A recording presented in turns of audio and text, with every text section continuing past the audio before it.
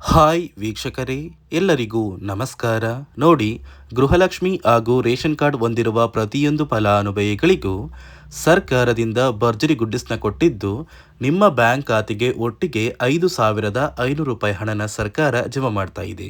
ಹೌದು ವೀಕ್ಷಕರೇ, ಗೃಹಲಕ್ಷ್ಮಿ ಯೋಜನೆಯಲ್ಲಿ ನಿಮ್ಮ ಬ್ಯಾಂಕ್ ಖಾತೆಗೆ 2,000 ಹಣ ಬದಲು 4,000 ಹಣನ ಸರ್ಕಾರ ಜಮಾ ಮಾಡ್ತಾ ಇದ್ದು, ಖಂಡಿತವಾಗಿಯೂ ಈ 4,000 ಹಣ ಬಂದೇ ಬರುತ್ತೆ ಅಂತ ಸರ್ಕಾರ ಮಾಹಿತಿನ ಕೊಟ್ಟಿದ್ದು, ನಿಮ್ಮ ಬ್ಯಾಂಕ್ ಖಾತೆಗೆ ನಾಳೆ ಶುಕ್ರವಾರ ಜನವರಿ 30ರಂದು ಕರ್ನಾಟಕದ 27 ಜಿಲ್ಲೆಗಳ ಪ್ರತಿಯೊಂದು ಫಲಾನುಭವಿಗಳಿಗೆ ಈ 4,000 ಹಣ ಬರ್ತಾ ಇದೆ. ಅದೇ ರೀತಿ ಪ್ರತಿಯೊಂದು ರೇಷನ್ ಕಾರ್ಡ್ಗೆ ಕೂಡ ಸರ್ಕಾರ 1,500 ರೂಪಾಯಿ ಹಣನ ಕೊಡ್ತಾ ಇದ್ದು, ಒಟ್ಟು 5,500 ರೂಪಾಯಿ ಹಣ ನಿಮ್ಮ ಬ್ಯಾಂಕ್ ಖಾತೆಗೆ ಬರ್ತಾ ಇದ್ದು, ಹೇಗೆ ಸರ್ಕಾರದಿಂದ ಈ ಒಂದು ಹಣ ಬರುತ್ತೆ ಅಂತ ತಿಳಿಸ್ಕೊಡ್ತಾ ಇದ್ದೀನಿ ಮತ್ತು ಯಾವ ಜಿಲ್ಲೆಗಳಿಗೆ ಹಣ ಬರುತ್ತೆ ಅಂತ ತಿಳ್ಕೊಳ್ಳೋಣ. ಅದಕ್ಕಿಂತ ಮೊದಲು ನೋಡಿ ಸ್ನೇಹಿತರೆ, ನೀವೇನಾದ್ರೂ ಇದೇ ಮೊದಲ ಬಾರಿ ನನ್ನ ವಿಡಿಯೋ ನೋಡ್ತಾ ಇದ್ದು ಇನ್ನೂ ಕೂಡ ನನ್ನ ಚಾನಲ್ನ ಸಬ್ಸ್ಕ್ರೈಬ್ ಆಗಿಲ್ಲ ಅಂದರೆ ದಯವಿಟ್ಟು ಪ್ರತಿಯೊಬ್ಬರು ಚಾನಲ್ನ ಸಬ್ಸ್ಕ್ರೈಬ್ ಮಾಡ್ಕೊಳ್ಳಿ, ಹಾಗೆ ವಿಡಿಯೋಗೆ ಒಂದು ಲೈಕ್ನ ಕೊಡಿ.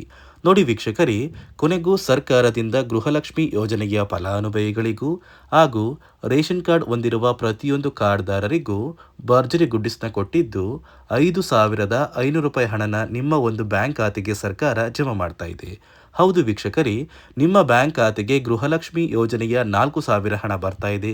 ಯಾಕಂದರೆ ಈ ಹಿಂದೆ ಸರ್ಕಾರ 25 ಕಂತಿನ ಹಣನ ಜಮಾ ಮಾಡಿದ್ದು, 26ನೇ ಕಂತಿನ ಹಣ ಮತ್ತು 27ನೇ ಕಂತಿನ ಹಣ ಅಂದರೆ ನವೆಂಬರ್ ಮತ್ತು ಡಿಸೆಂಬರ್ ತಿಂಗಳ 2 ತಿಂಗಳ 4,000 ಹಣನ ಫಲಾನುಭವಿಗಳ ಬ್ಯಾಂಕ್ ಖಾತೆಗೆ ಜಮಾ ಮಾಡ್ತಾ ಇದ್ದೀವಿ ಅಂತ ಸರ್ಕಾರ ಮುಖ್ಯವಾದ ಮಾಹಿತಿನ ಕೊಟ್ಟಿದ್ದು, ನಿಮ್ಮ ಬ್ಯಾಂಕ್ ಖಾತೆಗೆ ಜನವರಿ 30 ಅಂದರೆ ಶುಕ್ರವಾರದಿಂದ ಕರ್ನಾಟಕದ 27 ಜಿಲ್ಲೆಗಳ ಪ್ರತಿಯೊಂದು ಫಲಾನುಭವಿಗಳಿಗೆ ಈ 2 ತಿಂಗಳ 4,000 ಹಣ ಜಮಾ ಆಗ್ತಾ ಇದೆ.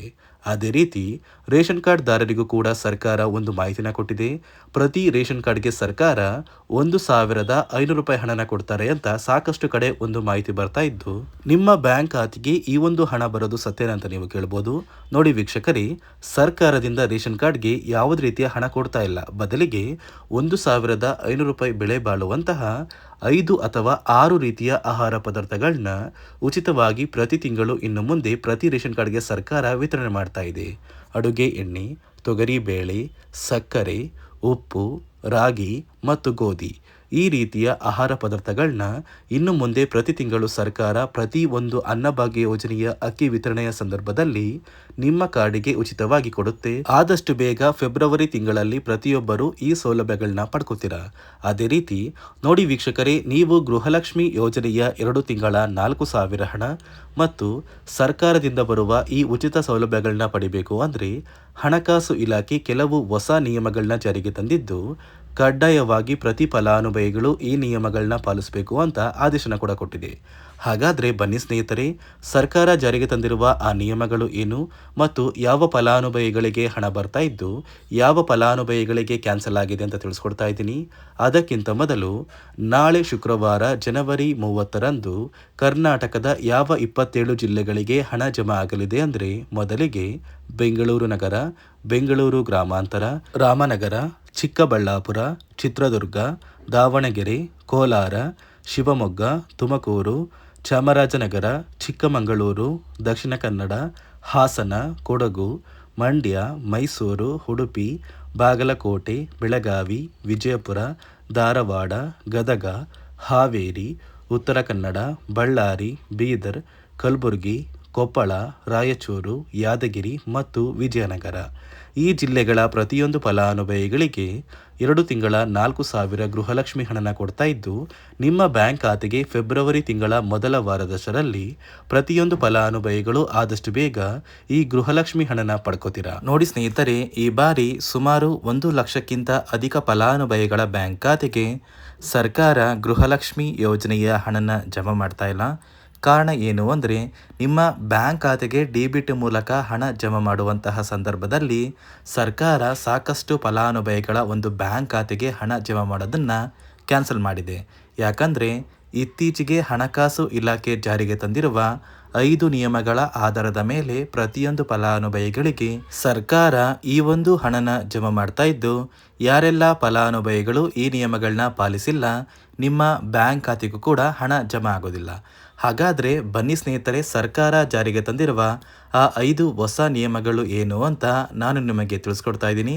ನೋಡಿ ಸ್ನೇಹಿತರೆ, ಮೊದಲನೆಯ ಒಂದು ನಿಯಮ ಬಂದು ಸಾಕಷ್ಟು ಫಲಾನುಭವಿಗಳು ಹೊಂದಿರುವಂತಹ ಒಂದು ರೇಷನ್ ಕಾರ್ಡ್ ಏನಿದೆ, ಆ ಒಂದು ರೇಷನ್ ಕಾರ್ಡ್ನ ಮನೆಯ ಸದಸ್ಯರ ಪ್ರತಿಯೊಬ್ಬರ ಒಂದು ಆಧಾರ್ ಕಾರ್ಡ್ನ ನಿಮ್ಮ ರೇಷನ್ ಕಾರ್ಡ್ಗೆ ಕಡ್ಡಾಯವಾಗಿ ಲಿಂಕ್ ಮಾಡಿಸ್ಬೇಕು.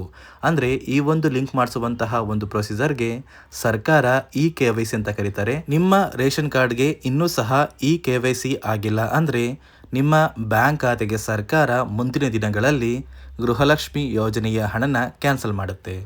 ಅದೇ ರೀತಿ ಎರಡನೆಯ ಒಂದು ನಿಯಮ ಬಂದು ಸಾಕಷ್ಟು ಫಲಾನುಭವಿಗಳು ಕಳೆದ 3 ತಿಂಗಳಿಂದ ಸರ್ಕಾರದಿಂದ ಬರ್ತಾ ಇರುವಂತಹ ಒಂದು ರೇಷನ್ ಏನಿದೆ, ಅಂದರೆ ಉಚಿತ ಅಕ್ಕಿ ಏನಿದೆ, ಈ ಒಂದು ರೇಷನ್ನ ಪಡ್ಕೋತಾ ಇಲ್ಲ. ಒಂದು ವೇಳೆ ಕಳೆದ 3 ತಿಂಗಳಿಂದ ನೀವು ರೇಷನ್ನ ಪಡ್ಕೊಂಡಿಲ್ಲ ಅಂದರೆ ಸರ್ಕಾರ ನಿಮ್ಮ ಬಳಿ ಇರುವಂತಹ ಒಂದು ರೇಷನ್ ಕಾರ್ಡ್ನ ಕ್ಯಾನ್ಸಲ್ ಮಾಡುತ್ತೆ. ನಿಮ್ಮ ರೇಷನ್ ಕಾರ್ಡ್ನ ಸರ್ಕಾರ ಕ್ಯಾನ್ಸಲ್ ಮಾಡಿದ್ರೆ ನಿಮ್ಮ ಬ್ಯಾಂಕ್ ಖಾತೆಗೆ ಗೃಹಲಕ್ಷ್ಮಿ ಯೋಜನೆಯ ಹಣ ಇರ್ಬೋದು ಮತ್ತು ಸರ್ಕಾರದಿಂದ ಬರುವಂತಹ ಒಂದು ಸೌಲಭ್ಯಗಳನ್ನ ನೀವು ಕಳ್ಕೋಬೇಕಾಗುತ್ತೆ.